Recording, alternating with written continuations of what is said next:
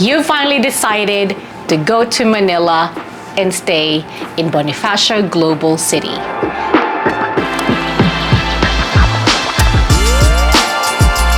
Now you're looking at where to stay and finding that every hotel in the area is quite expensive. That is true for Asia, Southeast Asia, for the Philippines. This area is known to be expensive.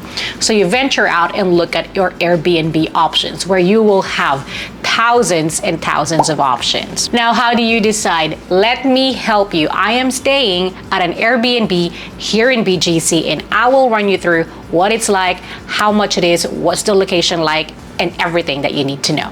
BGC is quite broad, but still relatively small, and that is why it's such a walkable city. And there are high-rises everywhere you look in this modern city. I am staying in one Uptown residence in the Uptown area. Uptown is relatively new when it comes to BGC and towards the outskirt of the city. However, this area is now a hub of its own, and I highly recommend this location. Let me tell you why. Because now it is a hub of its own, literally everything is around you. I am literally looking at Mitsukoshi Mall, the newest shopping center here in BGC or the Gig. Uptown Mall is right across the road and connected to this building. Grand Hyatt Hotel, which has amazing rooftop bar and restaurants, are right across me. And speaking of bars and restaurants, you will be spoiled for choice around the area and even a couple of meters away from it, even open 24 hours, varying price points, and literally everything that you can think of. So location-wise, you're in a good spot. The area really comes alive, but at the same time, still not as jam-packed as the High Street area. High Street is one of the OGs here in BGC and arguably one of the most beautiful part of BGC. It's an outdoor shopping center, lots of dining, lots of outdoor art on display, and lots of people walking. And it's the heart, I would argue, the heart of BGC from Surrendra all the way to 5th Avenue, where you will see the infamous 3D billboard and the beautiful Shangri-La Hotel. If you actually want to see our review of Shangri-La at the fort, check out our review here. We also did Seda in BGC, which is another prime location along High Street. You can check that out here. Definitely location-wise, Uptown is a good place. There's groceries, 24-hour services, everything, anything you can think of. So that is definitely a big tick.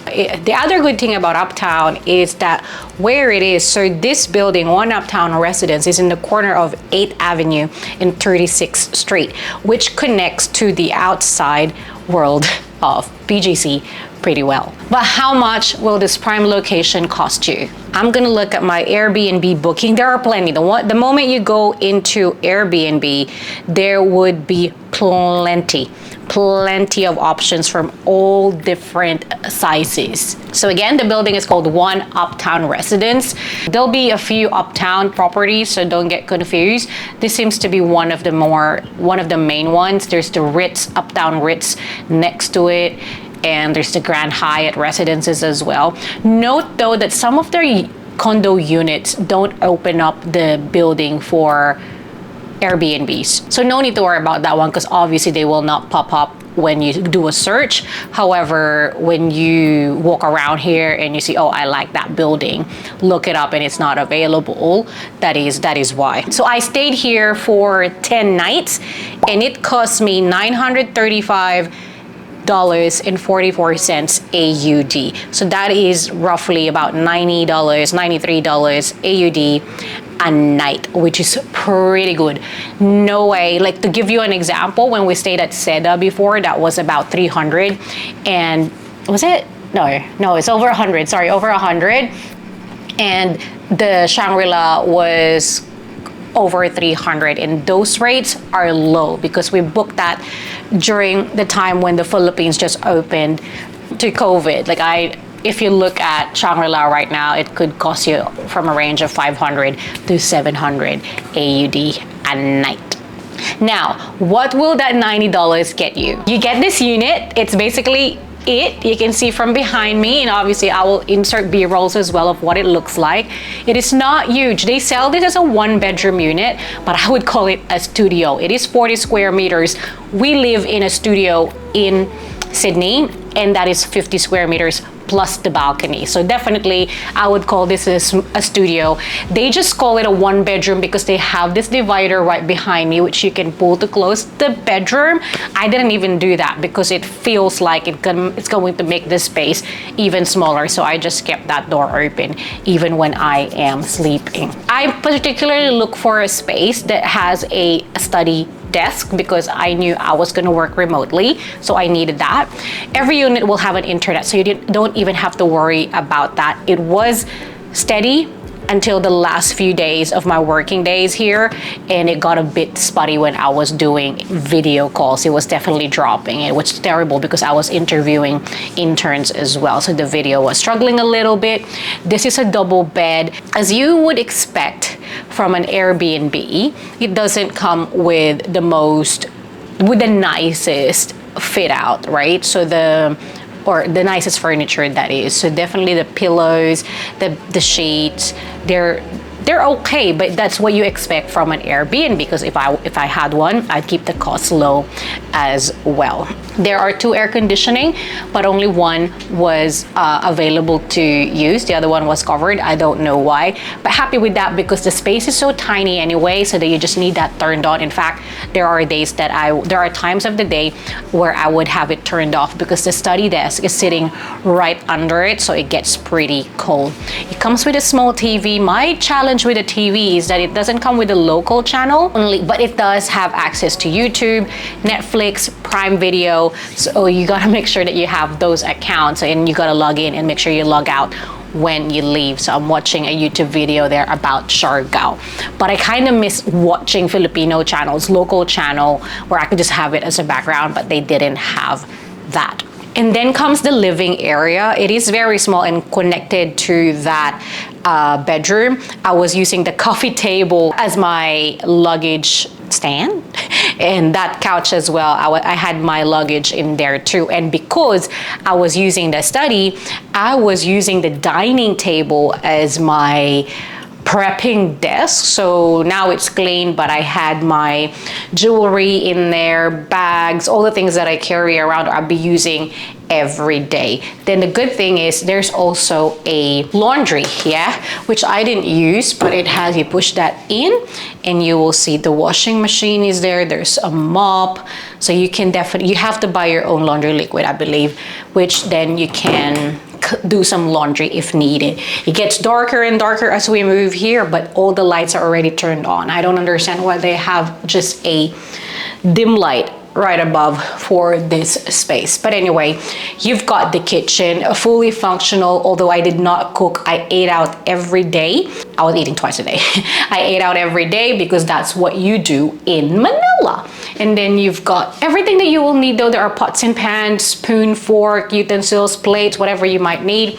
You've got a fridge, and it came with plenty of free water, but obviously I was here for 10 days, 10 nights. So I had to buy extra. There's rice cooker, teapot, microwave, the whole shebang. It is a house after all. Toilet, the story continues. It is quite tiny. They gave me 2 sets of towels. You can see all of my mascara all over that. However, they didn't have a bath mat, so I used the second one as one. So I had to use that same towel the whole way through. Ta-da! Yeah, so as you can see on the reflection, that is all of it. You got your sink, you will have the toilet, and then also you got the shower in there as well. It is tiny, but when I got here, it was quite clean. But that was my beef with Airbnb. I go home quite a fair bit, slightly less since COVID, but I plan to build that up again. And I used to stay at Airbnbs, and then we stopped because it was just never clean enough to my standards. It was just very messy, and then want to be on holidays and be cleaning because that's what you need to do. In fact, I cleaned here for the first night because my hair, you can see my hair all over the floor. And then after that, I'm like, I refuse to clean because I'm paying cleaning fee and I didn't want to pay extra for a cleaner to come, but because I'm working and the space is so small, I can't be hiding. Anyway, and this place is really no different. Like from the surface, it is clean, but there are things that are definitely can be improved, right? They didn't have a dustpan, which would be good to have if you are expected to clean. There's a broom so you can sweep the floor, but there's no dustpan. So when I was cleaning, I'm like, oh, how do I pick it up? So I use wet tissue to pick up my mess. But these are just the main ones for me that I just like. It smells, so this is always a problem for me whenever I stay at condos here in BGC, and even walking around BGC as well sometimes, but we're not going to dwell on that. It's the smell of the sewer. And my friends were telling me it's because if there's no one staying in the unit for a long time, the water settles. So the owners, apparently what you have to do is you have to keep the water running sometimes so that the water doesn't settle. And this place actually had a cover. They actually have covers for the drain. So the shower actually doesn't smell as bad. It's under the sink. And I think it's either I'm getting used to it or it's because I've been using it. That's why maybe it's not as smelly anymore. But I actually stopped opening under the sink because that's where the bin was. I pulled the bin out because every time I open it, it's like, ugh, it really smells bad. And then the last thing for me is the cleanliness of the toilet. It was flooding because obviously they had that covers, but even if I remove that, sometimes it was still flooding a little bit, but it definitely helps. So when you shower, take off the cover, put it back if ever you stay in a unit that has one, because otherwise when you shower, it'll flood. The bottom of the toilet is a bit gross, so I see it every time I use it. And the shower has the little moldy patch as well that's a bit stubborn that stays. But other than that, I couldn't really fault anything. The service, not only of the people managing the unit, but of the building is amazing. The hosts, there are a few of them that you talk to in Airbnb are just, they reply to me almost instantly every time. I even asked help for the TV that I couldn't manage to work, so they sent someone in here that was really helpful, and I was messaging them quite late at night as well. So that was really good. The building, they touch their hearts when they say hello to you. They acknowledge you all the time. Very friendly, which is very common you'll see in the Philippines. We're one of the happiest people on earth. Outside of the unit, they have a gym, they have a swimming pool, which I used a lot. The pool I intended to use a little bit more, but I only ended up really using it once. They have some sort of like a jacuzzi, a little bit more of a relaxing pool, and a lap pool as well, which is good. You can really do laps in it. I think it's about 50 meters, which is great. It's only 5 feet as well, so you don't have to drown. And then the gym though is dirty. A lot of the machines are broken, and there's no wipes or anything like that to clean any machines before and after using it, but it had what you need. Yeah, you can still do a decent workout in that one, and sometimes the aircon isn't on, sometimes it is, sometimes TV is not working. It's just not consistent, but overall, it's still pretty good. Just don't compare it to any commercial gyms that you will find. They have a spa as well, a sauna, but they were not working the whole time I was here. Obviously a lift, and I think that might be the connection to the shopping center. I would find it's a good amenity as well, or more of a convenience, because you can if it's raining and if it's too hot, you can just go through there, which is amazing. Oh, one very important thing as well that is really probably would be forgotten by others is that because they have a reception 24/7, if you need anything delivered, I had one where I ordered food through Grab. They got here, but I wasn't ready because I was doing an interview. I was in a meeting. So I asked them to just leave it at the lobby, and they can do that, and you can just connect it. I had to collect 2 things. A friend of mine sent me something as well, and I wasn't at home at that time. So they are happy to do that. Very helpful, as I've seen. But what is the vibe? What's the percentage of people staying here? I'm definitely finding it's a bit of a mix of short-term stay owners or potentially renters. Yeah, I know 2 people that live in this building. One of them I literally stumbled upon in the lifts, and another one is a friend of a friend, and he also lives in the building. So a few people I know that live here and own the property, but I can definitely see that there are plenty of Airbnbs or short-term leases as well, like my stay, because you can see them moving in and out. They even have that bellboy trolley as well to make it convenient for luggages. So you'll definitely see a lot of luggages roaming around. But there's always so many people, always a lot of people taking that lift, waiting in the lobby. So it's definitely busy. But I can see some units that are empty as well. So it's obviously not at full capacity, so to speak. And when I went to the pool, to the gym, afternoon, one time the pool was kind of busy. Lots of foreigners staying in here as well. Maybe some are holidaying here or staying for a longer holiday, or maybe some are locals, but there's definitely a lot of foreigners, a lot of locals too, don't get me wrong. Some, not too many families, I would say, although I saw a few students as well, but not too many. Definitely a lot of younger professionals, couples or singles, younger folks that are staying in here from all over the world, I would say. This place, I would say, is definitely good for someone who is looking for a place that feels like home. Yeah, and you are after an affordable option where staying at a hotel. So I definitely consider staying at a hotel, but my intent was I needed to make breakfast, and I didn't. I wanted a desk space, which if you look for this feature in a hotel, you gotta find a bigger room, ergo it's gonna cost you more. If you want a cost-efficient option, Airbnb is the right one for you. You wanna cook, you wanna do laundry. So you want all those amenities that you have at home that you couldn't find in a hotel, or at least will cost you every time you do laundry, so on and so forth. And this space is for you. It's also good for families. If you go for a 2-3 bedder, if you're a family, this is a good option for you as well, because there's a pool, there's a playground actually as well.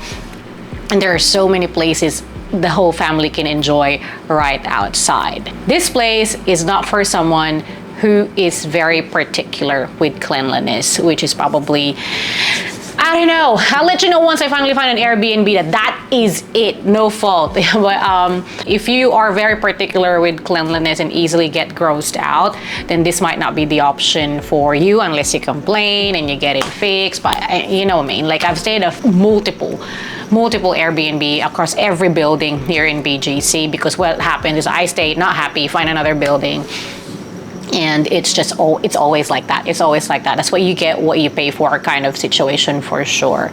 It is not for someone who likes the comfort of a hotel, which kind of makes sense. You probably won't go to an Airbnb anyway. It is not for someone as well who expects an instant service, like an internet is not working for me. There's nothing anyone can do about that unless it's fully dead.